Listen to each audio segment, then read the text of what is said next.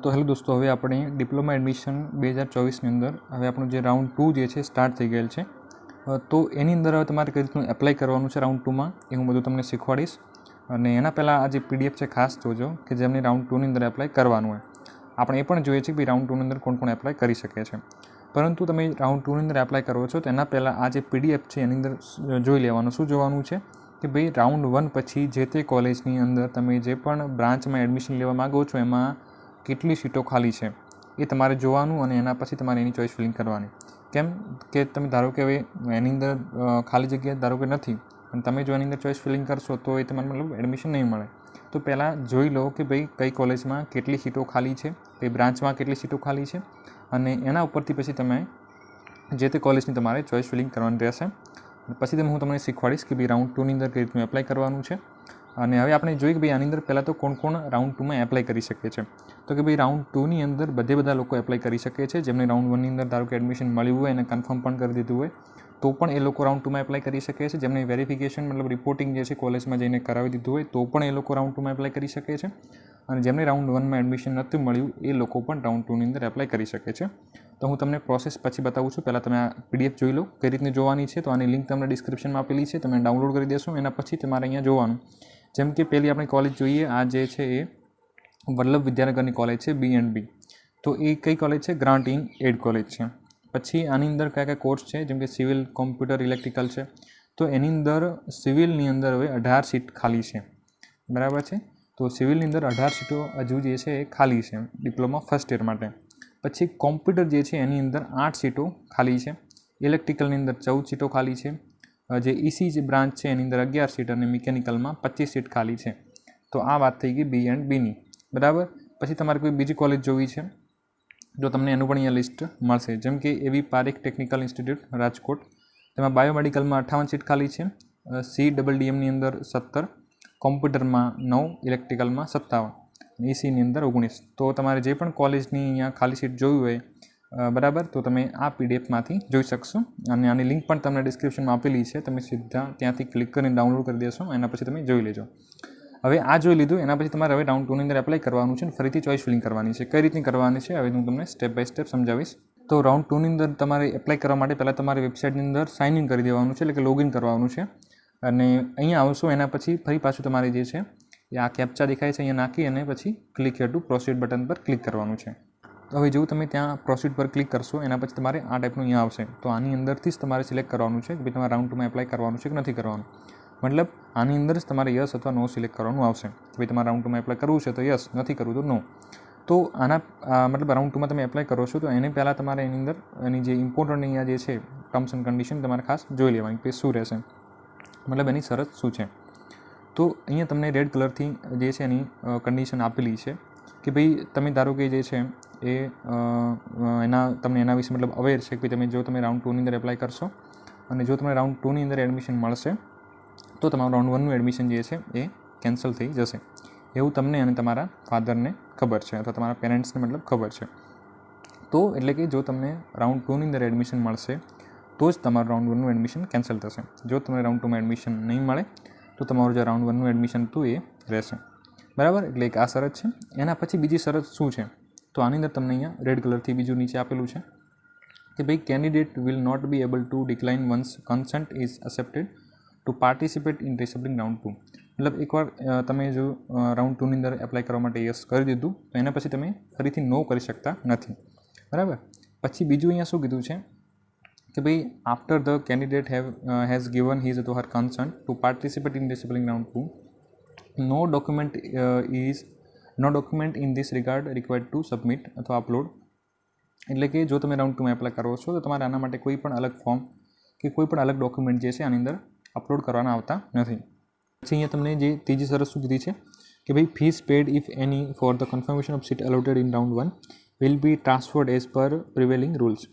માની લો તમને ગવર્મેન્ટમાં એડમિશન મળેલ છે રાઉન્ડ 1માં તો એમાં તમે 500 રૂપિયા ફીસ ભરી છે અને જો તમને રાઉન્ડ 2માં પણ ગવર્મેન્ટમાં મળે છે તો તમારી જે રાઉન્ડ 1ની જે ફીસ હતી એ રાઉન્ડ 2ની અંદર જે છે ટ્રાન્સફર થઈ જશે. એમાં તમારે અલગથી જે છે ફીસ ભરવાની આવશે નહીં. માની લો તમે પ્રાઇવેટમાં પણ 10,000 ભર્યા છે તો પણ તમને રાઉન્ડ 2માં કોઈ પ્રાઇવેટ કોલેજમાં એડમિશન મળશે તો તમારે 10,000 જે છે ટ્રાન્સફર થઈ જશે. એમાં અલગથી તમારે કોઈ પણ ફીસ ભરવાની આવતી નથી. પછી અહીંયા જે છે ચોથી કન્ડિશન ખાસ જોજો કે ભાઈ if the seat is allotted in round 1 but not confirm then the same seat will not be offered in round 2. મતલબ ધારો કે જો તમને રાઉન્ડ 1ની અંદર કોઈ સીટ મળી છે પરંતુ તમે એને કન્ફર્મ કરી નથી, તો તમને એની એ જ બ્રાન્ચની અંદર, જેમ કે ઇલેક્ટ્રિકલમાં રાઉન્ડ 1માં કોઈ કોલેજમાં મળ્યું હતું, હવે તમે એને કન્ફર્મ કરી નથી, પરંતુ હવે એની એ જ કોલેજમાં તમે રાઉન્ડ 2ની અંદર જે છે એ એપ્લાય કરો છો, તો તમને એ જે છે આપવામાં આવશે નહીં. તો the same seat will not be offered in round 2. બરાબર, તમને એની એ જ સીટ જે છે એની એ જ કોલેજમાં એની એ જ બ્રાન્ચમાં તમને રાઉન્ડ 2ની અંદર એની એ જ સીટ નહીં મળે. ક્યારે નહીં મળે? જ્યારે તમે રાઉન્ડ 1ની અંદર તમને મળ્યું હોય પરંતુ તમે એને કન્ફર્મ કર્યું ના હોય તો. એટલે આટલી જે છે શરત રહેશે. ઇન શોર્ટની અંદર તમને કહું કે ભાઈ જો તમે રાઉન્ડ 2માં એપ્લાય કરશો તો તમારું રાઉન્ડ 1નું એડમિશન કેન્સલ થશે. જો તમને મતલબ રાઉન્ડ 2માં એડમિશન નહીં મળે તો તમારું રાઉન્ડ 1નું એડમિશન રહેશે. આટલી શરત રહેશે. તો હવે આટલી તમે જે છે આની કેરફુલી મતલબ વાંચી લીધી, સમજી લીધું. હવે તમારે આની અંદર જે છે થોડું નીચે આવવાનું છે અને આની અંદર તમારે હવે જે છે અહીંયા સિલેક્ટનું ઓપ્શન જે છે એના પર ક્લિક કરવાનું છે. જેમને રાઉન્ડ 2માં એપ્લાય કરવાનું છે, બરાબર, જેમને એડમિશન નથી મળ્યું અથવા તો એમને કોઈ બીજી કોલેજમાં જો એપ્લાય કરવું છે, તો એમને સિમ્પલ એપ્લાય કરવાનું છે. તો અહીંયા જે છે આપણે યસ બટન ઓપ્શન છે તેના પર આપણે યસ કરશું. એના પછી અહીંયા તમારે શું કરવાનું છે? Enter your password. તો તમારે જે છે પાસવર્ડ નાખવાનો છે. કયો પાસવર્ડ? જ્યાં તમે આપણે જે છે એ લોગિન કરવાની અંદર યુઝ કરીએ છીએ પાસવર્ડ આપણો, જ્યારે ફોર્મ ભર્યું ત્યારે જે પાસવર્ડ બનાવ્યો હોય, તો એનો જ પાસવર્ડ અહીંયા નાખવાનો છે. અને એના પછી અહીંયા જે છે સેવ એન્ડ પ્રોસીડના ઓપ્શન છે એના પર ક્લિક કરવાનું છે. અહીંયા પૂછવામાં આવશે do you want to submit, તો આપણે જે છે અહીંયા ઓકે બટન પર ક્લિક કરવાનું છે. જેવું તમે રાઉન્ડ 2ની અંદર એપ્લાય કરી દેશો એટલે તમારી સામે આ ટાઈપનું જે છે આવી જશે. એટલે તમને ફરીથી આમાં ચોઇસ ફિલિંગ કરવાનો ઓપ્શન હવે મળી જશે. તો અહીંયા તમે જોઈ શકો છો કે ભાઈ ચોઇસ ફિલિંગ જે છે અહીંયા તમને ઓપ્શન આવી ગયો છે. તો હવે તમારે એના પર ચોઇસ ફિલિંગ પર ક્લિક કરીને તમારે જે પણ કોલેજમાં ધારો કે બીજું એડમિશન જોઈતું હોય, હવે જો અમુક કહેશે કે ભાઈ મને જોઈતી કોલેજમાં એડમિશન મળ્યું નથી, હવે પરંતુ તમારો જો રેન્ક ઓછો હોય એ કોલેજમાં એડમિશન લેવા માટેનો એ બ્રાન્ચમાં, તો તમને એ કોલેજમાં એડમિશન ના મળે, તો તમારે કોઈ બીજી કોલેજ જે છે એને એડ કરવી પડે. બરાબર છે. એટલે મનગમતી કોલેજમાં એડમિશન ના મળ્યું હોય તો પછી તમારે કોઈ બીજી કોલેજ જે છે તેની તમારે ચોઇસ ફિલિંગ કરવાની રહેશે. હવે રાઉન્ડ 2ની અંદર તમારે જે છે ખાસ તમે જેટલી પણ કોલેજ જે છે વધારે એડ કરજો અને જેમાં એડમિશન લેવાનું હોય ખાસ એટલી જ એડ કરજો. બરાબર છે. એટલે શું થશે કે જો તમને એ કોલેજમાં તમને એડમિશન ના મળે તો તમારું રાઉન્ડ 1નું છે એડમિશન રહેશે. અને જેમને એડમિશન ના મળ્યું હોય એમને તો રાઉન્ડ 2ની અંદર જે છે એમને વધારે કોલેજ જે છે એડ કરજો, જેથી કરીને કોઈ એક કોલેજમાં એડમિશન તમને મળી શકે. હવે ચોઇસ ફિલિંગ કઈ રીતની કરવી એનો વિડીયો આપણે જે છે બનાવેલો છે. એટલે કે આપણે જે રાઉન્ડ 1માં કરી હતી અથવા તો આપણે જે મોક રાઉન્ડની અંદર ચોઇસ ફિલિંગ કરી હતી એની એ જ રીતની આપણી ચોઇસ ફિલિંગ જે છે આની અંદર કરવાની છે. આમાં કોઈ અલગ જે છે એ પદ્ધતિ નથી, મતલબ અલગ છે મેથડ નથી, એની એ જ મેથડ છે, મતલબ એની એ જ રીતથી તમારે આમાં પણ ચોઇસ ફિલિંગ કરવાની રહેશે. માની લો તમને આવડતું નથી ચોઇસ ફિલિંગ કરતાં, તો આપણે જે એ વિડીયોની લિંક તમને આઈ બટન પર આપેલી છે અથવા ડિસ્ક્રિપ્શનમાં પણ મળી જશે. તો તમે એ જે મોક રાઉન્ડનો વિડીયો છે તમે જોઈ શકો છો. એમાં તમે ચોઇસ ફિલિંગ મતલબ એમાંથી શીખી શકો છો કે કઈ રીતની ચોઇસ ફિલિંગ કરવાની છે, કઈ રીતની કોલેજ એડ કરવાની છે. બરાબર છે. એટલે તમારે ચોઇસ ફિલિંગ જે છે આમાં વધારે કરવાની રહેશે. તો આ રીતનું થઈ ગયું તમારું જે રાઉન્ડ 2માં એપ્લાય કઈ રીતનું કરવું અને કઈ રીતની ચોઇસ ફિલિંગ કરવી. હવે આનું આપણે રિઝલ્ટ ક્યારે આવશે રાઉન્ડ 2નું એ જોઈએ.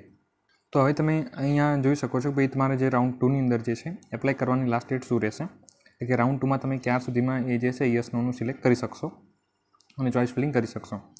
તો એની અંદર અહીંયા તમે જો કે ભાઈ resampling and alternation of choice if any for actual admission round 2, તો એની તારીખ અહીંયા તમને આપેલી છે કે ભાઈ 25/7થી લઈને તમે 29/7 સુધીમાં કરી શકો છો. લાસ્ટ ડેટ તમારી 29 રહેશે. 29 સુધીમાં જ તમે રાઉન્ડ 2માં એપ્લાય કરીને ચોઇસ ફિલિંગ કરી શકશો, એના પછી નહીં થાય.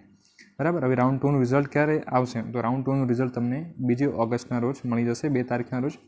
બરાબર છે. અને આ જે છે એ તમને મેનેજમેન્ટ કોટાની અંદર રજિસ્ટ્રેશન તમારું સ્ટાર્ટ થશે, એ કોલેજમાં સ્ટાર્ટ થશે ઓફલાઈન. બરાબર છે. ઇન્સ્ટિટ્યૂટ લેવલે ચાલુ થશે. જેમને પ્રાઇવેટમાં સીધું એડમિશન લેવું છે એમના માટે. બરાબર. આ આપણે ગવર્મેન્ટની વાત કરીએ છીએ અને પ્રાઇવેટની પણ સાથે જ છે. પરંતુ જેમને ધારો કે એકલું પ્રાઇવેટમાં લેવું જ છે એમને ખાસ કરીને, તો એમને સીધું પ્રાઇવેટ કોલેજનો કોન્ટેક્ટ કરી દેવાનો. બરાબર. તો આપણું જે રાઉન્ડ 2નું જે રિઝલ્ટ છે એ જે છે એ ક્યારે આવશે? 2 ઓગસ્ટના રોજ, એટલે કે 2 તારીખના રોજ આવશે. અને એના પછી તમે જે છે એ 2 તારીખથી લઈ અને તમે 5 તારીખ સુધીમાં, મતલબ 2 ઓગસ્ટથી 5 ઓગસ્ટ સુધીમાં તમે એને કન્ફર્મ કરી શકશો. તો જ્યારે પણ રિઝલ્ટ આવશે હું તમને અલગ વિડીયોમાં સમજાવીશ. હાલ તમારે કંઈ શું પણ ટેન્શન કરવાની જરૂર છે નહીં. તો એવું કે તમે રાઉન્ડ 2માં કઈ રીતનું એપ્લાય કરવું અને કઈ રીતની ચોઇસ ફિલિંગ કરવી અને એની અંદર કેટલી સીટો ખાલી છે એનો ખ્યાલ આવ્યો હશે, તમારા ડાઉટ છે ક્લિયર થયા હશે. અને જે છે તમે વધારે કોલેજ જે છે રાઉન્ડ 2માં એડ કરી દેજો, તો તમને કોઈ પણ એક કોલેજમાં એડમિશન મળશે. અને રાઉન્ડ 2માં એડમિશન મળ્યા પછી તમારે જે છે જે તે કોલેજમાં ડોક્યુમેન્ટ જે છે એના માટે મતલબ એનું રિપોર્ટિંગ કરાવવાનું રહેશે, કોલેજમાં જવાનું રહેશે. જેમણે રાઉન્ડ 2ની અંદર જે છે એપ્લાય નથી કરવાનું એ લોકો જે છે કોલેજમાં જઈ અને રિપોર્ટિંગ કરાવી આવે, બરાબર છે. રિપોર્ટિંગમાં બીજું કશું નથી, તમારે જેટલા પણ ડોક્યુમેન્ટ્સ અપલોડ કર્યા છે, તમારું એડમિશન લેટર છે એ તમારે ખાસ લઈ જઈને કોલેજમાં જવાનું રહેશે, બરાબર છે. એટલે તમારું રિપોર્ટિંગ થઈ જશે. અને જેમને રાઉન્ડ 2માં એપ્લાય કરવાનું છે અને ધારો કે રાઉન્ડ 1માં એડમિશન મળી ગયેલ છે, છતાં પણ જેમને રાઉન્ડ 2માં એપ્લાય કરવું છે એ લોકોને હાલ રિપોર્ટિંગ કશું કરાવવાની જરૂર છે નહીં.